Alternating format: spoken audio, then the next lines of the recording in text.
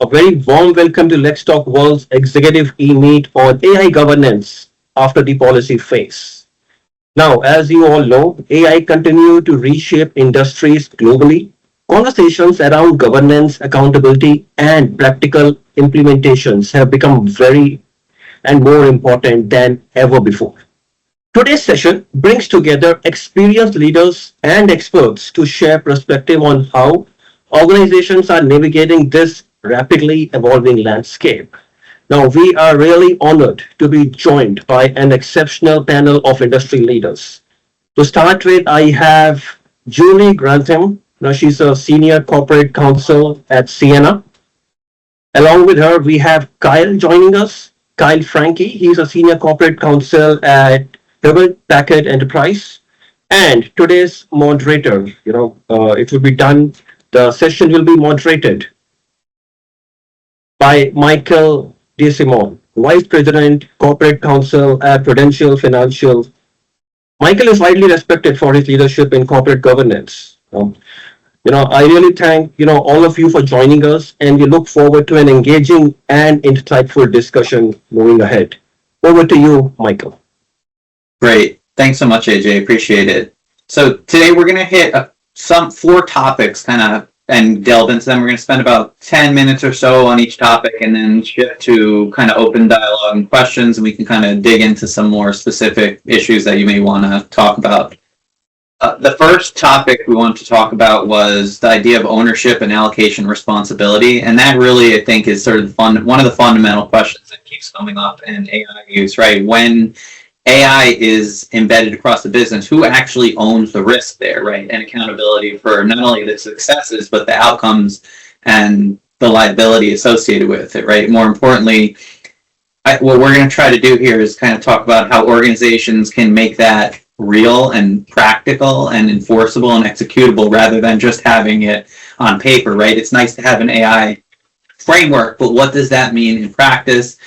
Who's actually on the hook when something goes wrong, and what does that look like, right, in practice? So we're going to try to clarify here how organizations define and assign accountability for AI systems and outcomes. So to start the conversation off, I just wanted to throw the idea of, in an organization, who does or should own the AI risk, right? Is it legal? Is it compliance, risk, IT, the business, right? That kind of idea. And just Julie and Kyle, just curious as to your thoughts on maybe based on your experience, what that looks like.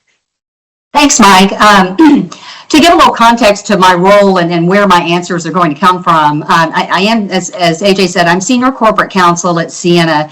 I also sit on the global services leadership team, and Sienna is a leader in high-speed connectivity. We're building advanced optical networking systems, automation services, so we are effectively and securely within the AI-driven world ecosystem. So this is a timely and important conversation. I want to talk about it from your overview first. AI oversight is really becoming a defining governance responsibility. It's not only a technology topic anymore.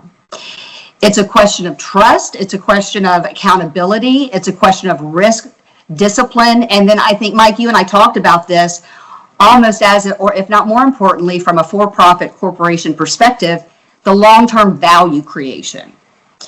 So the organizations that create the most durable value are the ones that are going to connect innovation with clear governance. So when we go into this ownership and allocation of responsibilities, at most companies, AI accountability is distributed across legal, compliance, IT, and the business unit.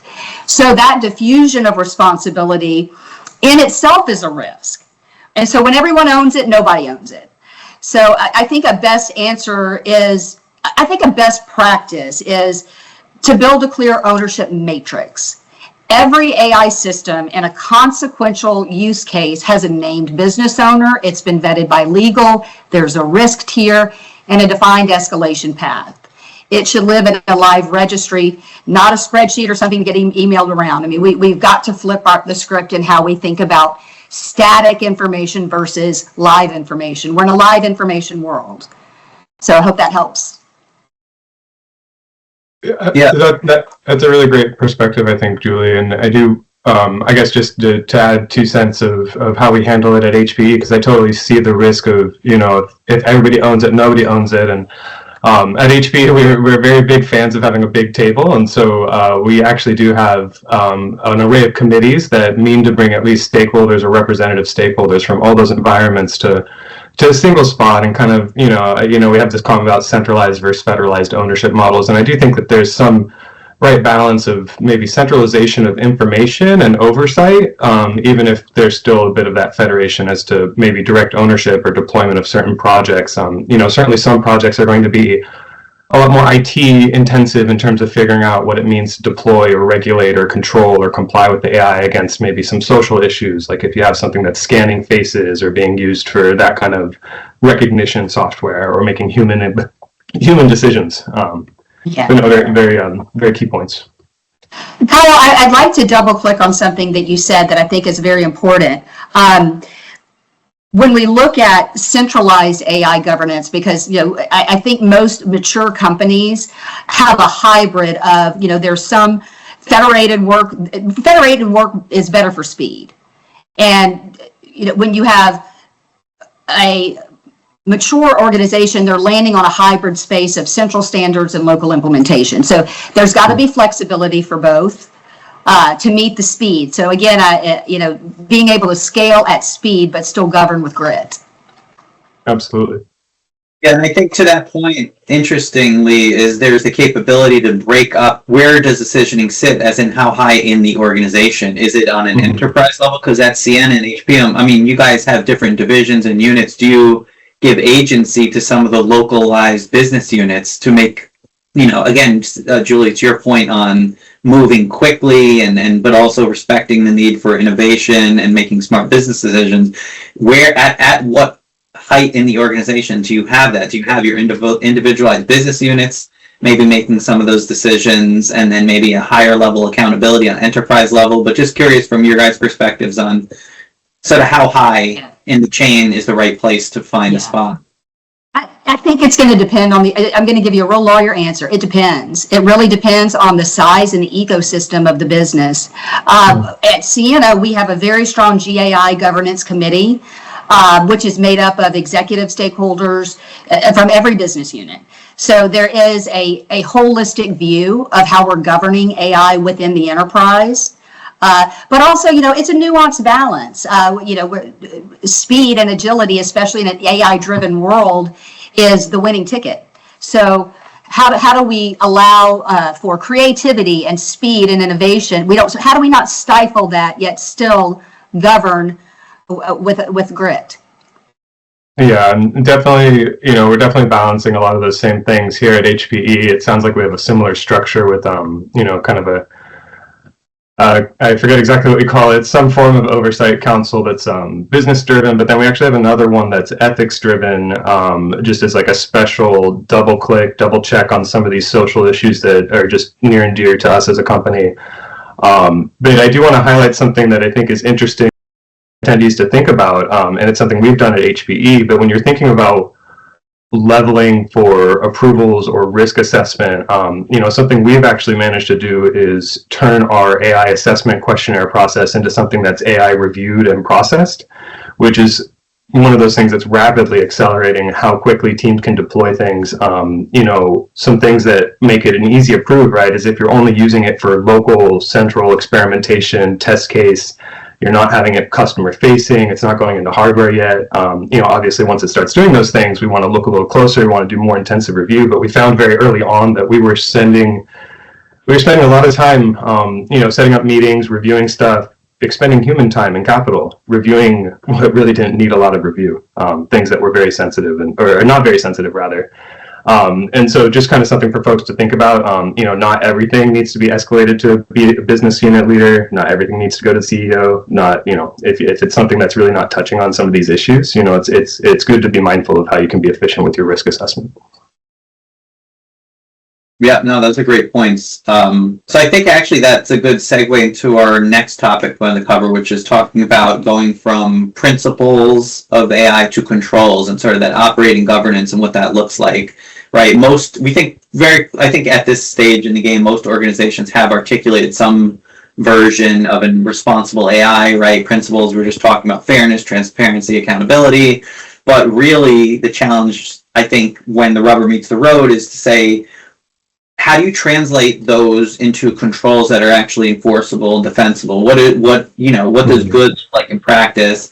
What are we seeing that holds up under scrutiny from regulators, auditors, internal review, that kind of thing? So just wanted to kind of prompt the discussion here. Like, what does that look like? Documentation, testing, validation, incident response, that kind of thing. What are you guys seeing in your businesses? Well, I think first and foremost, it's important to recognize how new so much of this is, and I think a lot of what we're still doing is figuring out what that even looks like. But some of what we're doing to do that is, we are reviewing things that we assessed and gave recommendations on, like how easy was that to comply with?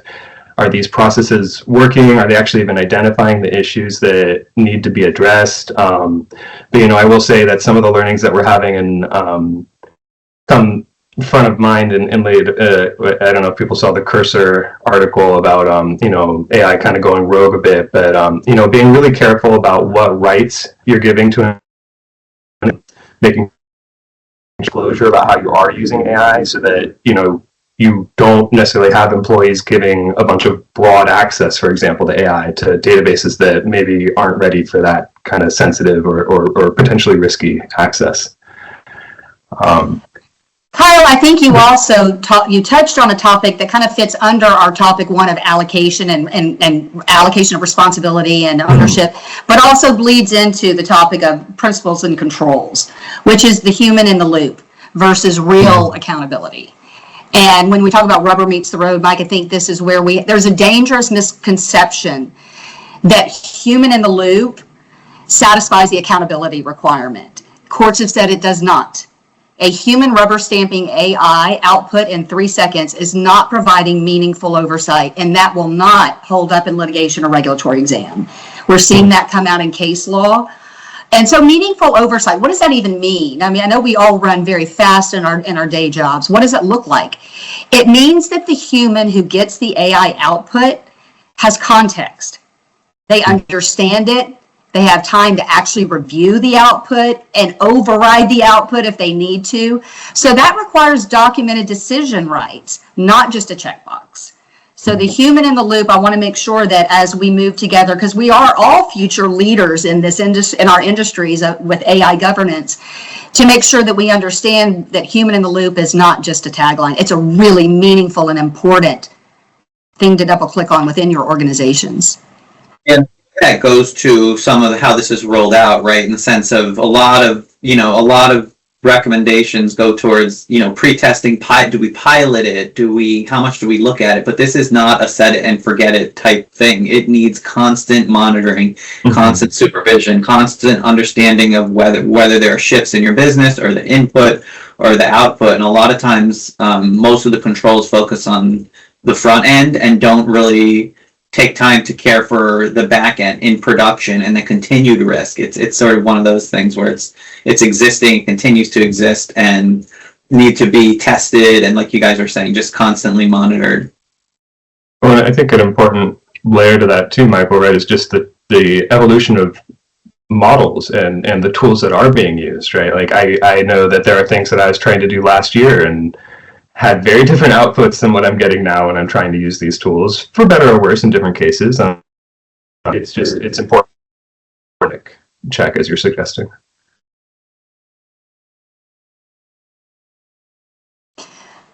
Mike, I think if I had to give this audience a couple of tips, like practical takeaway tips, if they're really at the beginning stages of trying to understand how to govern and control AI within their enterprise, start with the inventory. You cannot design controls for systems that you don't know exist. So that's the very first thing, is to create your inventory. And then bring it back to legal, and let me reframe this. What does a regulatory person or a judge actually need to see here? Because we can get lost in the echo noise of AI, and then as attorneys that are going to have to defend what our enterprises are doing and practicing, we need to take it back to reframing. What does a regulator look for? What does a judge want to see? Yeah, and it also, we do that as well here. We're at Prudential, we have, inventorying, and it's so very helpful, not only from an external but internal perspective, and making sure you say, what's the use, what's the status, is it in pilot, production, and then who's the responsible business person, right? That's kind of, and that way all the responsibilities are laid out. But like you said, Julie, also making sure we have an accurate record for regulators, audits, litigation, and then that kind of can also, another thing to keep in mind too, is we were just talking about this when we had our pre-call, but the idea that some of these AI are actually in and of themselves creating more records that may be need to produce. So being mindful not only of what you're using it for, but how you're using it. And do you have controls and training in place for the folks who are using them in their day-to-day job, understanding that they could be creating additional documentation that maybe something happened pre-AI off the side of their desk in their notebook that never really in reality becomes discoverable, but now you're creating a very clear auditable trail to be possibly subject to discovery. I actually want to rewind really briefly to, you guys were talking about inventories of AI use, and I guess that's one of those things that I think would be interesting to talk about for the folks on the call. But what are kind of some best practices to actually detect that or figure that out? I mean, one of the things that we struggled with initially with AI rollout was, we kind of had an initial prohibition, and then we've kind of operated on a well, you have to submit a request and tell us about it sort of system. But are there maybe some other ways that you guys are using to determine what AI use is out there in the company? That is such a terrific question, and a meaty one, Kyle, and one that's really in flight right now, because governance is a verb, it's not a noun, and we've got to continue to look at it that way.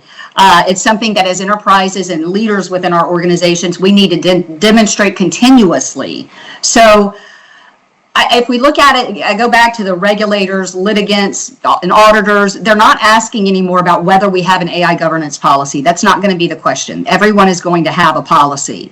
It's going to be, where's the evidence? Where are the logs? Where's the approvals, the audit trails, the incident responses? So I do think that organizations that are going to win in this AI governance world aren't going to be the ones with the best policy. They're going to be the ones that are actually, they can open the drawer and show their work.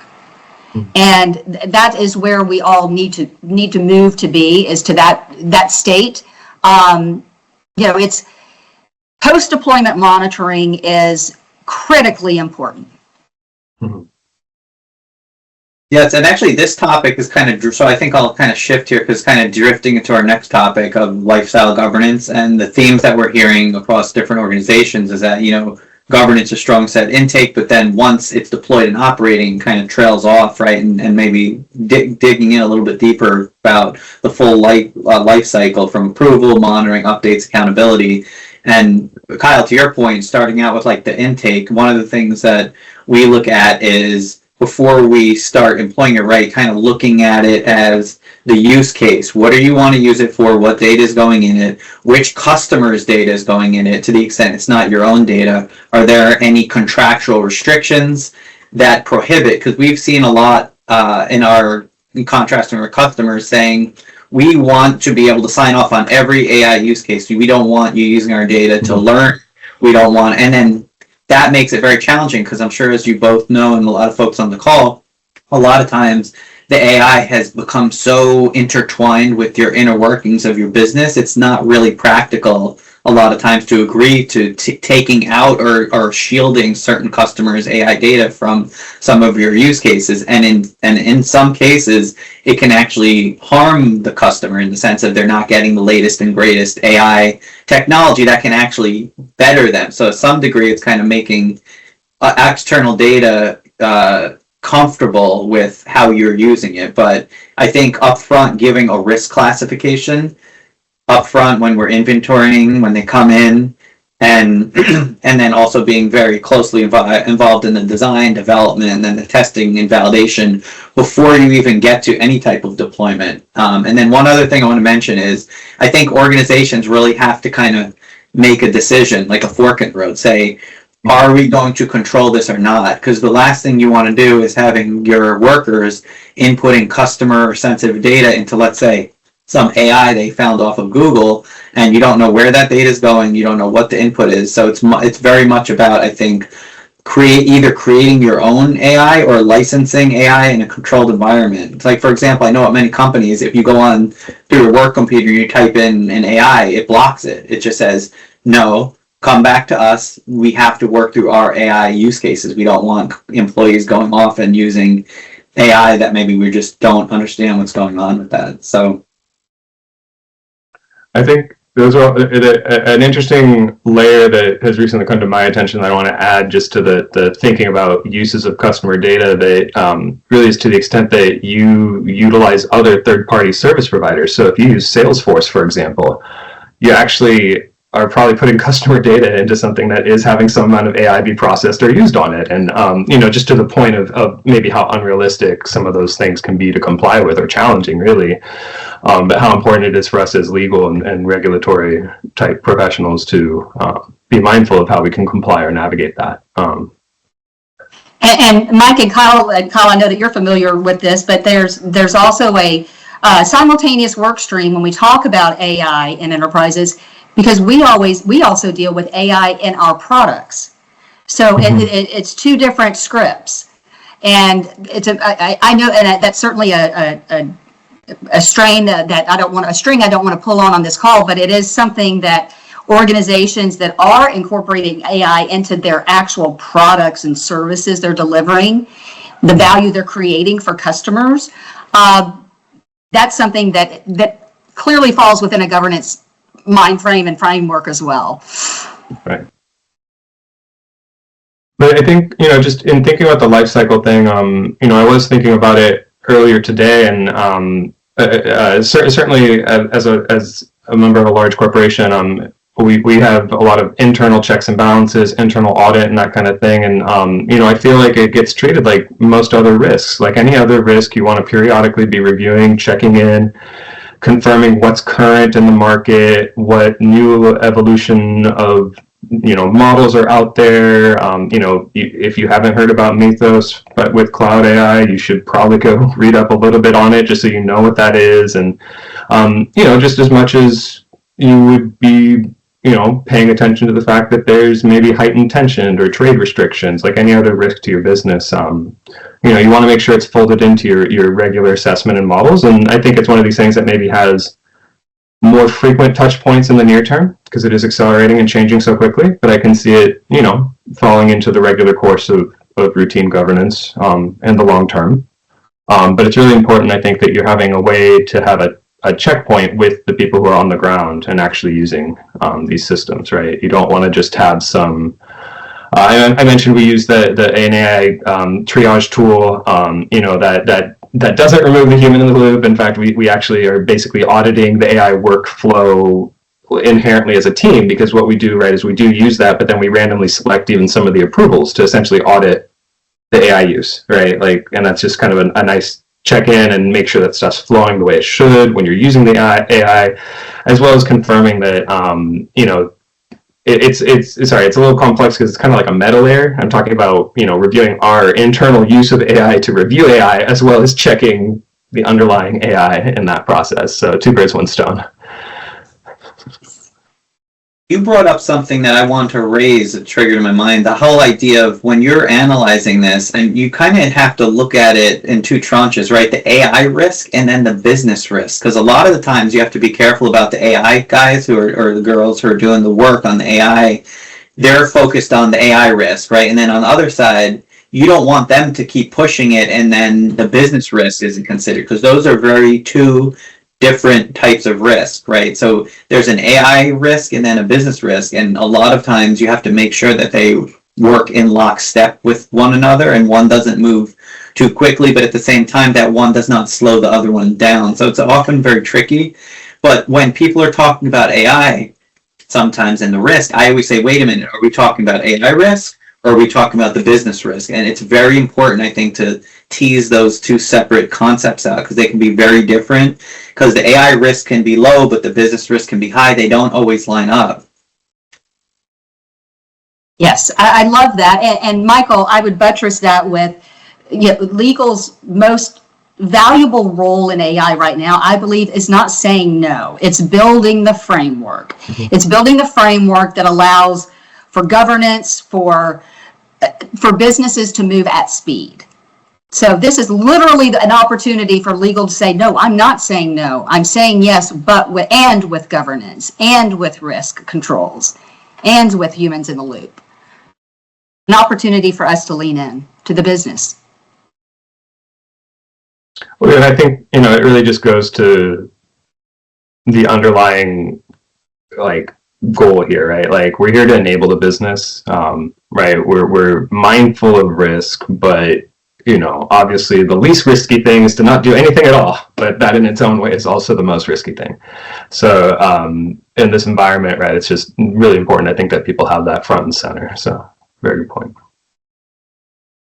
Mike, do you maybe want to touch on a little bit of the regulatory realities this year, and maybe we could speak to a little bit about what actual agency outcomes and decisions we're seeing? Sure, yeah, that would be great. From what I'm on my side, what I'm seeing, I'm kind of seeing sort of a patchwork of decisions that are coming out. I am seeing an increased emphasis on sort of not protecting as much as the input and sort of erring on the side of, overproduction and over disclosure when the question comes up.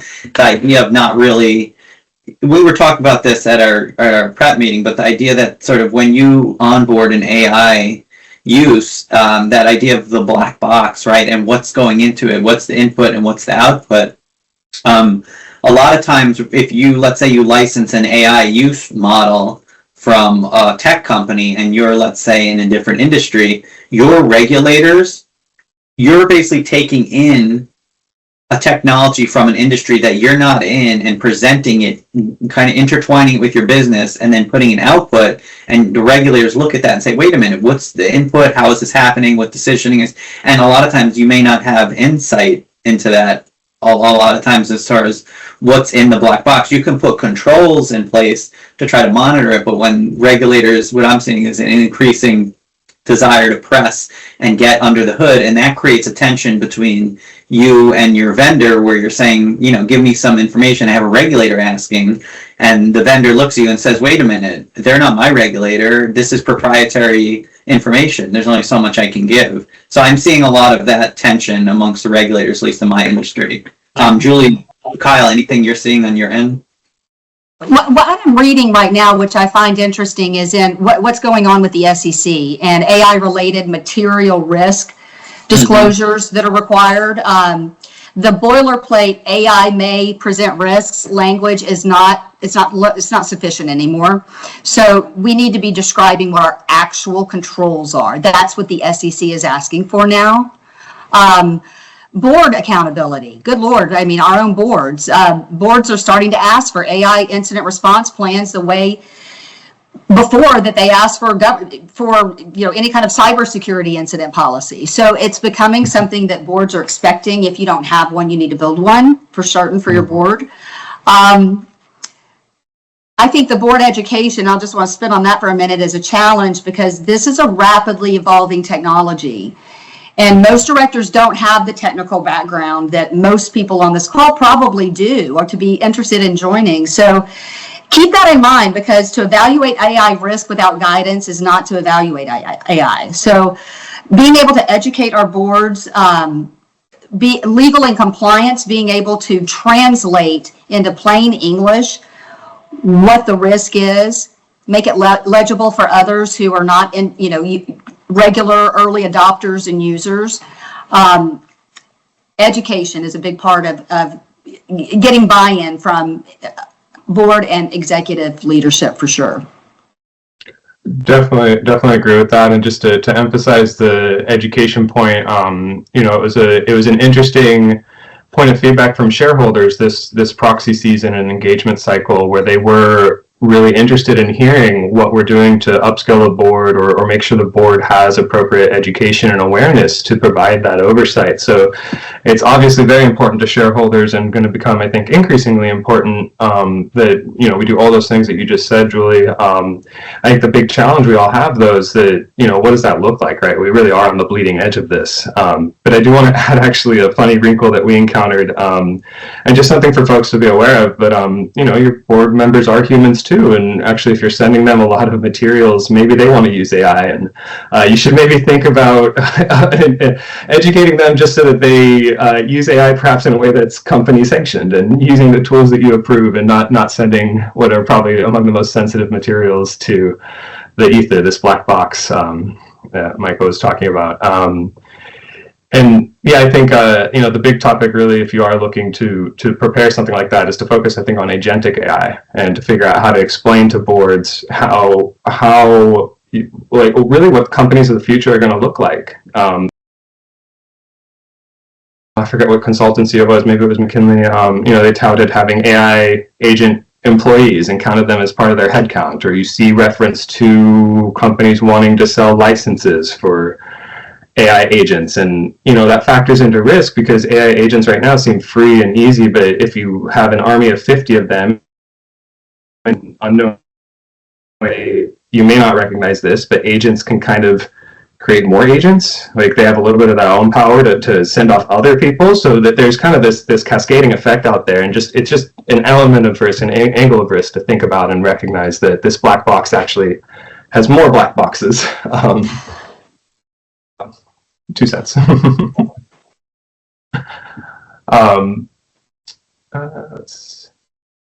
Yeah, so I think that actually leads well into our last topic, which is, we kind of touched on this a little bit, but maybe really to unpack it a little bit more, the idea of AI as an enterprise risk and the business tension that comes with that, right? The idea of enablement versus risk control as control partners, right? Again, we said this before, but AI is not just a technology issue, it's a core enterprise risk. So there's pressure to move quickly and enable the business, but at the same time, trying to make sure they do it safely and minimizing the amount of risk that's created. So just want to talk about how do we balance that tension in practice, ensuring that sort of there are appropriate controls. But I think, Julie, you mentioned like the idea of being a bottleneck, like not becoming a bottleneck, and how do we go about doing that? And there's some best practices. Thanks, Mike. I think this topic is great because it's meaty as well. And I think an important takeaway is that maybe sort of a North Star for people to think about is the cheapest governance is the governance you build before the incident, not the remediation you pay afterwards. So if you're trying to build a business case for having budget for building a governance program, a robust AI governance framework, I promise you the money you're going to be spending before the incident happens is a heck of a lot less than you're going to be spending after the incident happens.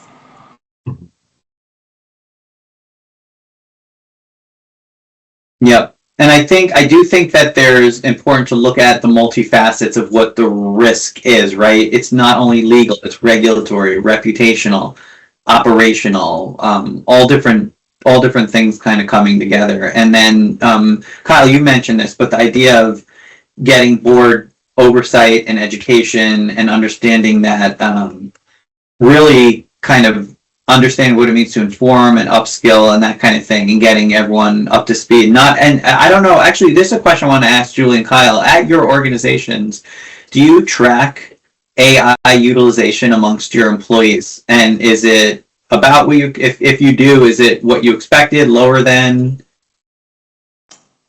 We are tracking, and I have visibility into a particular early adoption AI tool that we are testing, and we're tracking usage because what is the point of spending money on a new tool that people don't adopt and use?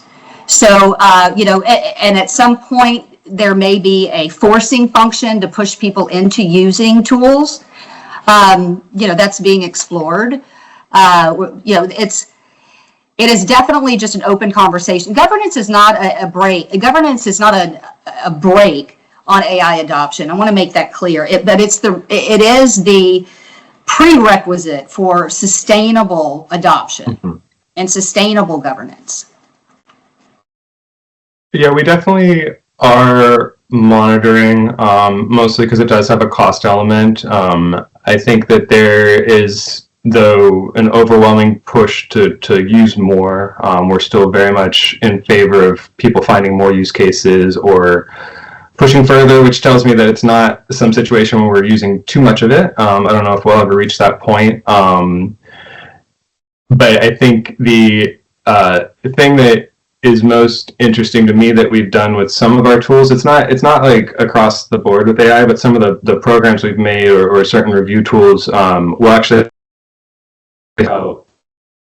letting people know approximately how many tokens or something that's using, as well as providing some sort of equivalent cost to the human cost that might have had. So an estimate of, this cost this many tokens, took AI about 3 minutes, but would have taken a human paralegal 5 hours. And that would have been at, $80, $100 an hour. And, so, you can kind of start to see the value proposition. So to the extent that you're looking for ways to encourage folks to use AI, that can be a way to communicate how helpful it is, I think. But really the best one is, and I don't know what the best forcing function is, but to get people to use it as soon as people start seeing how much it can accelerate certain things they do. We're working through how to figure out how to use it to draft board reports in minutes, and time-consuming exercise, highly sensitive, but it's forcing us to think through a lot of these elements of risk. And okay, so maybe it doesn't have access to all of the board minutes for all of time, but we pick 5 really good samples that we want it to draft from, or things like that, right? But yeah, I don't know. I'm looking at our key discussion points for this point, but I do think we really touched on a lot of balancing enterprise risk and business tension throughout the conversation. I don't know if maybe it's appropriate to turn to some questions, or I know you're defer to you, Michael. Just one thing I wanted to add, and then I see there was a question in the chat, and then we can maybe open it up. We're about time, but just to mention, what I've been hearing from other companies and leaders is that their employees are somewhat cautious about using AI, because there's, I think, this narrative going around that, if you use AI, your company will monitor it and realize that they don't need you and you can be replaced. But I really think the messaging needs to be to encourage your employees to lean into it. And like you were saying, Kyle, the more you can quantify how you can value add to your own position and your own use of it would really help. One thing I've heard companies do is having kind of forums where you look at who are your highest use and most successful adopters of AI employees, and have them maybe present at a town hall or something and say, hey, here's how I use AI, here's the prompt. And because I just think AI is so open-ended, and it can be applied so many different ways to so many different levels and positions, that having some of those open dialogue and saying, no, I use it and it's okay. That's like, it's not a bad thing. You can use it and you can be more effective, and here's how I use it safely. And also understanding that the prompt is sometimes more important even than the output. Bad in, bad out, right? That whole saying. And understanding you can actually use AI to help you make a prompt for AI. Right, so like there's all these layers of use it can have, but yeah, Julie or Kyle, if you had just check, yeah, go ahead. Sure, I would at Sienna, I have to give major props to our AI and security and IT team. Learning and education is at the forefront. I mean, we have regular office hours. People can drop in and ask questions. We have, groups where people join and can recorded calls and so we are getting learning in on a daily basis. And Sienna is supporting that, because they see that the short-term investment in learning and recognition that we're not AI is displacing tasks, not judgment. So making sure that, and a company that supports that vision understands that the human is more valuable than ever. We can just work a lot smarter. Definitely. And Michael, I think the point you had on prompts, using AI to make the AI prompt is really important. And actually, I want to expand on it a little bit to anybody who feels a little nervous about using AI, or you want to give advice to somebody on how to figure out how to use AI. I actually tell people all the time, ask AI. Go into the model, ask it. It actually kind of knows a lot about how it works. And to your point on the prompt engineering, it's really good at giving itself instructions too, actually, come to find out. And also, the more you use it, the more effective it will be because it learns your style. There were times when I just uploaded a document and I said, hey, here, just use this document and this is kind of my style of how I work, and it will learn. The more you use it, the smarter, quote unquote, smarter it will become, and the more useful it will be to you. It learns, and it's really smart, and it's learning not only from you, but your colleagues, and it's just a constantly evolving and improvement, so. I see we have questions. We can maybe start addressing some of the questions, please, and then if anyone else has questions, you can just, if you want to speak, you can raise your hand, and you can speak. But the first question was from Deanna, who said, "What do you use AI for currently in your organization?" Julie, Kyle. What do I not use AI for in my organization, Mike? I use AI from the minute I get up in the morning until close to when I go to bed. I use it from everything from summarizing email strings I don't have time to process and read in my mind. I have AI scheduling meetings for me. I have an agent that is going out and getting market data and strategic information and vetting it and summarizing it and sending it to me daily or weekly, almost like a newsletter. I am using AI in every contract I look at, whether it's summarizing, pressure testing, a negotiation on an amendment, seeing what I use AI, and I think this is a good sort of metric for people. I don't treat AI like another lawyer. I treat AI like a legal assistant or a legal intern that wants to work really, really hard to please me and get the answer right. But I got to feed it the right data. I got to feed it, it's not going to guess what's going on in my mind. The student doesn't know what the teacher is thinking. So it's our responsibility to teach the student. And the student is our AI technology and tools. Mm-hmm. I think those are a lot of great use cases, Julie. I think I'll focus on one that I think is just particularly exciting that we developed internally, and it's kind of a nice little celebratory moment for legal because we developed it in the context of an acquisition. We got kind of a document dump and needed to do a lot of document review in a very short period of time, and we used AI. We developed prompts and had it output a matrix of responses that allowed us to triage and appropriately review and execute on the deal.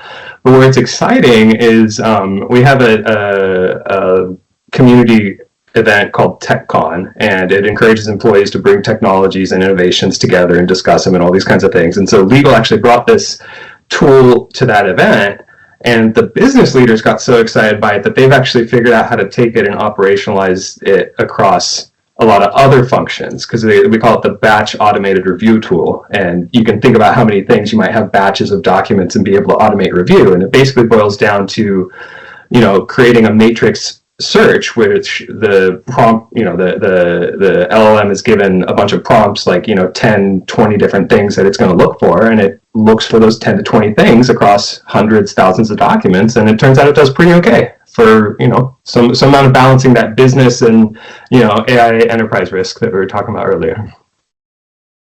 That's terrific, Kyle. And another thing I'll mention, and I would no pride in authorship in events like this. Sienna created a legal Shark Tank last year, where we all submitted Shark Tank submissions of, if I could, in my future world, AI would be doing X, Y, Z for me.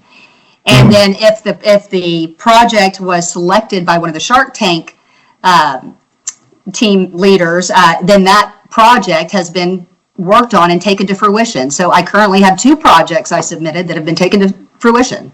So awesome. Engage your employees, get them thinking creatively. How can I make my day more efficient?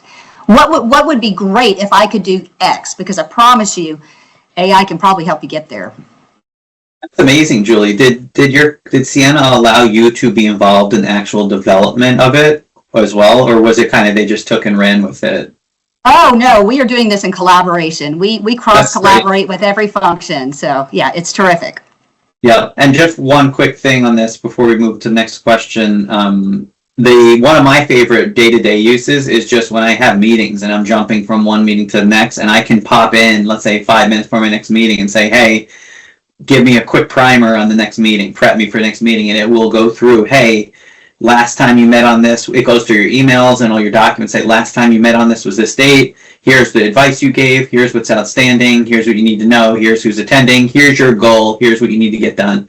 And it spits it out, and I am ready for that. Like that to me is just from a practical day-to-day use in my everyday work. That's one of my favorite uses of AI. Yeah, I would say I use this phrase a lot with my team. For legal, it's a force multiplier. It genuinely is, and that's it's a pretty cool effect we're seeing. Yep, excellent. So our next question comes from Pedro, and he asks, what governance model should law firms adopt to ensure responsible AI use without slowing down innovation?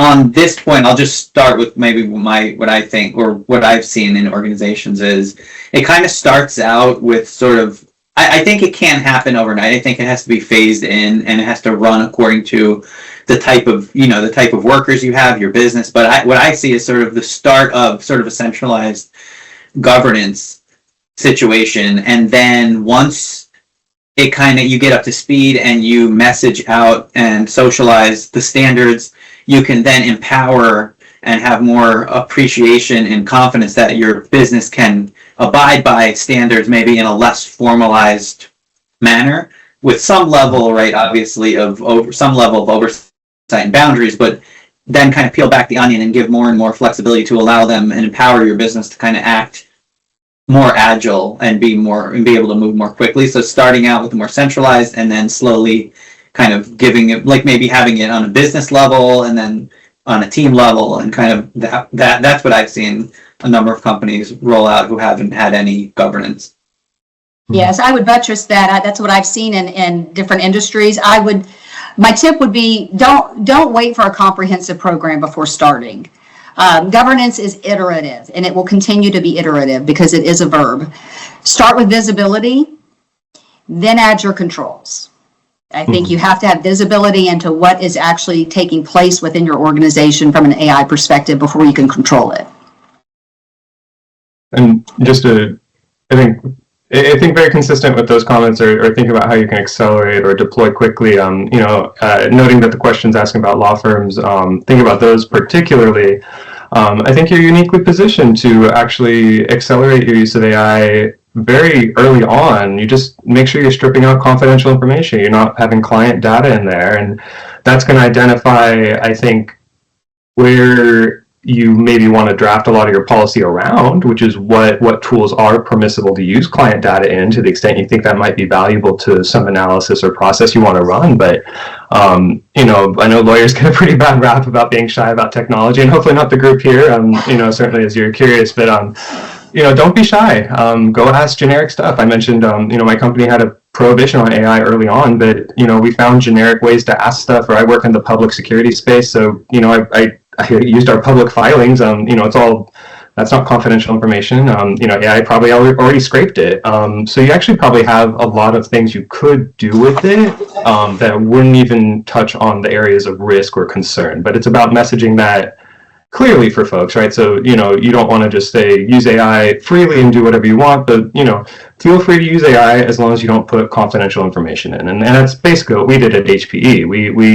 We had a blanket prohibition, and we very quickly rolled out no, you actually can use it for really whatever you want as long as you don't put company information into it. And if you want to use company information, then, we have a special tool. We actually have Chat HPE, because we're big enough that we have our own little LLM.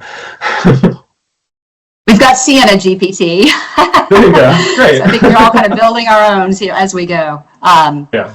This is such a timely conversation. I really appreciate everyone who's attending, and I appreciate the panelists in LexTalk, because we have to continue having this conversation as a profession and stewards in our industries. We need to continue to do this. Yeah. And that kind of goes to our next question, which is top 5 AI tools. So maybe, I don't know if you guys want to get in, how much you can get into the details, but maybe use cases or things, top 5, or we don't have to get 5, maybe your best use case. And Well, I won't speak as to the company, because I only really use one at my company, because there's only one that's really approved. But I do think that I found Claude to be really handy as a personal flavor of AI LLM, having sampled a bunch of them. I do think Copilot's pretty good.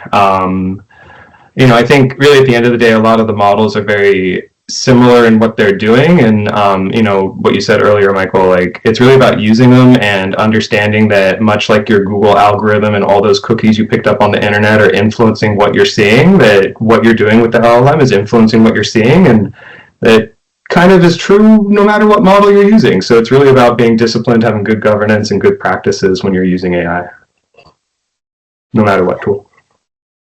I would say, Mike, that, and again, I don't want to speak to a specific tool either, but I will say, as an attorney, I have found tools that are made by attorneys for legal purposes are a lot more on spot for my work. Doesn't mean I don't use CoWork and Copilot and Sienna GPT for all types of other reasons and functionalities. But when it comes to my hardcore legal work, I prefer a tool that was built by lawyers for lawyers. I think there's a nuance there. There's no hubris. It's literally the use case is a particular use case in legal writing and analysis. Yeah, generally I use Copilot, but then we also have sort of separate mini AIs that sort of deal with if it's sort of an HR thing, like different, within the business, but generally I have Copilot as my kind of go-to. Next question is, how often should a company audit its AI models to say regulator ready? And just quickly, my thoughts on this is I really think it depends on the risk, but you do need a floor, I think, right? So if you are dealing, I think baseline, not knowing details on what the AI use case is, I would do no less than annual, like a formal annual audit. I think that's like the bare minimum, right? More frequent reviews, either quarterly or event driven for like a higher use risk case, anything impacting clients' decisions, regulated outcomes. It's not just like I wouldn't get as fixated on the timing necessarily. You definitely need a floor, but understanding, has there been a change in your model that's like could materially affect its output? Has there been new data sources that you're now leveraging? Are you seeing a performance drift, right, from users? Like just constantly monitoring. So like, again, I think minimum 1 year, but I think that comes with a variable degree of flexibility depending on how it's being used and what you're seeing. As something that may be helpful, I totally agree with all those comments, Michael, but something that we do for stuff that we want to maintain some amount of oversight on, but maybe don't want to give like a 10, 15-minute meeting slot to, is we have a scorecard. And, it's a one slide, quick flash. You can get a couple high-level details, maybe even put it forward as a pre-read. But, just to the point of frequency and maintaining, I think Julie was making the point about having a good record, right, of that oversight and what you're doing. And, once a year, I agree, is a great floor, but I'm a little nervous that it's too new for that to be something that a regulator is going to say, you're doing a good job taking care of this.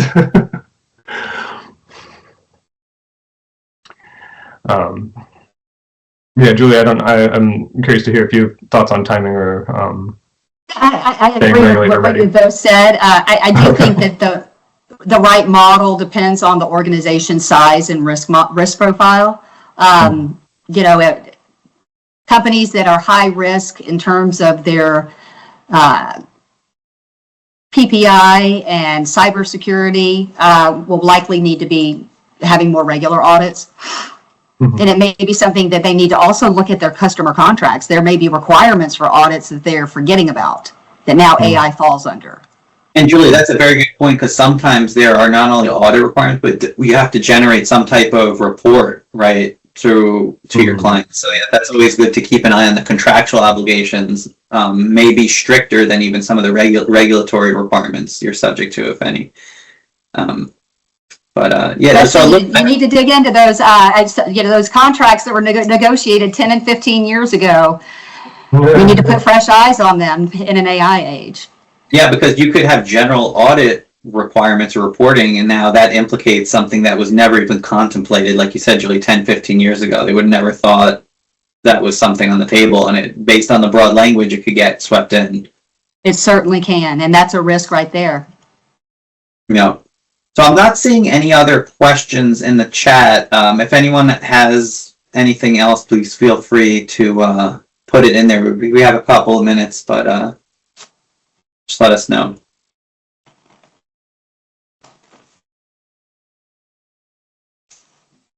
I suppose we're going to be waiting for a question. Something to think about. I think maybe we had one comment about it, but we're talking a lot about compliance and regulatory type regimes, but something to think about too is when it's appropriate for you to disclose use of AI. I think it's kind of embedded in the idea that you're highlighting AI use in a product you're offering, but it's actually something that I request when folks are submitting work to me to disclose how they've used AI, what they've done with it, in part because I want to learn. I want to know, like, okay, was your output really close to what you wanted, or did you actually have to mark it up a bit? I mentioned we were doing some minutes in AI, and it's a pretty heavy red line, but I think there's other things that maybe come back a little bit less so. But as a reviewer, I want to know things like that just so that I can put the appropriate eye to it. Really, it's one of these things that I think people are remiss if they're not disclosing that they're using it to folks, and folks are assuming it's all just human work.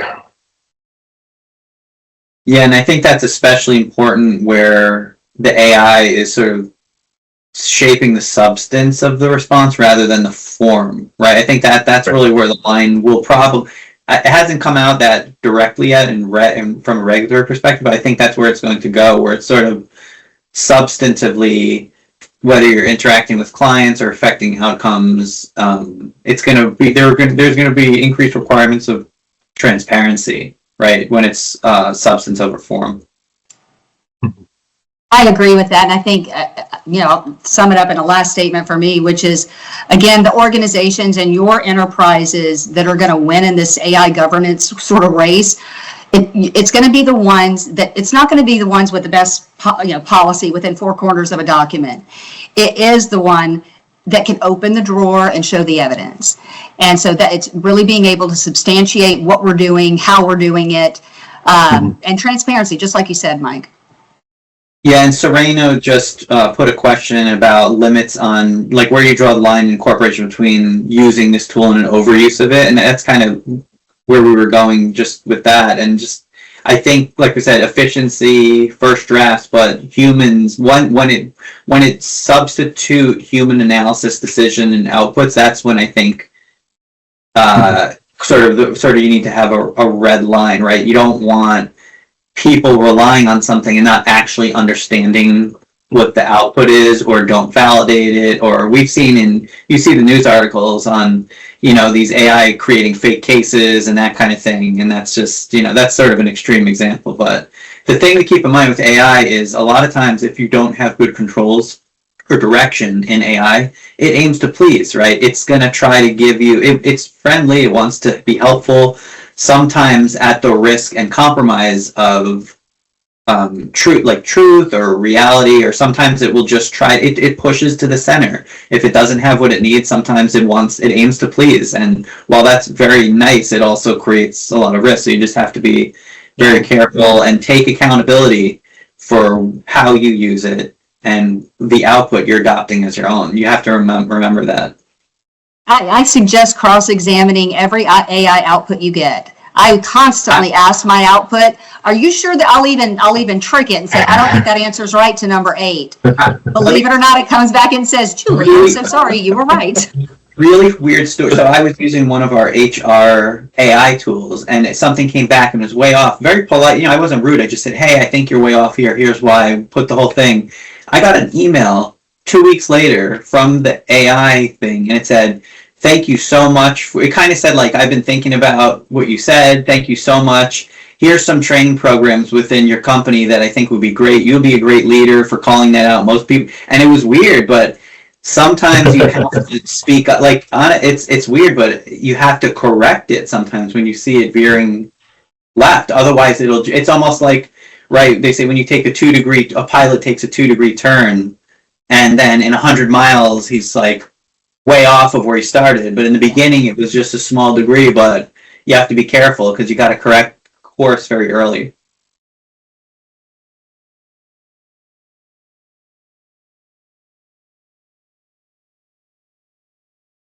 It looks like I got one more question, Michael. We can maybe take it. First step. So the question is, first step for a firm moving from AI principles to actual proof. I think I would just reiterate, start with the inventory, and keep in mind that you're not looking to displace, we're only looking to displace tasks, not judgment. I'd also lean on your leadership team, because leadership needs not only do you need their buy-in, you need their support. So making sure you can clearly explain in plain language the use case, the business use case, the guardrails that are implemented.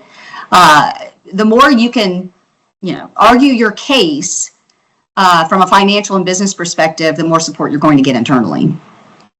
Yeah, and also prioritize. You don't have to boil the ocean on day one. Prioritize what's most important for your business, pilot a few important cases, and then use that to test, document, refine what your practice looks like.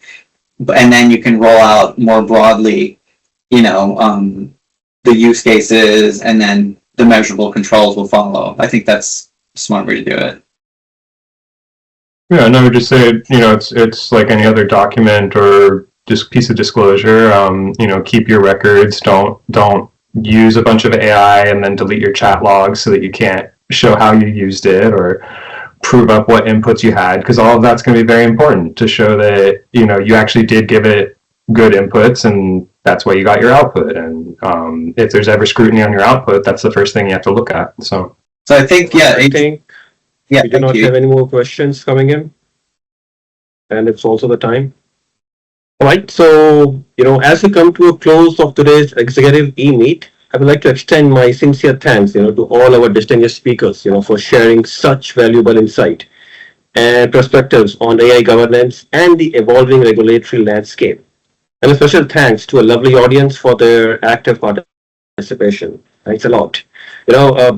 Moving ahead, special thanks to our moderators, Michael DeSimone, for leading such an engaging and insightful discussion, and to all the attendees for being a wonderful audience today. A huge thanks to Julie and Kyle, for sharing their insights. Without your insights, I'm sure this session would have been this successful.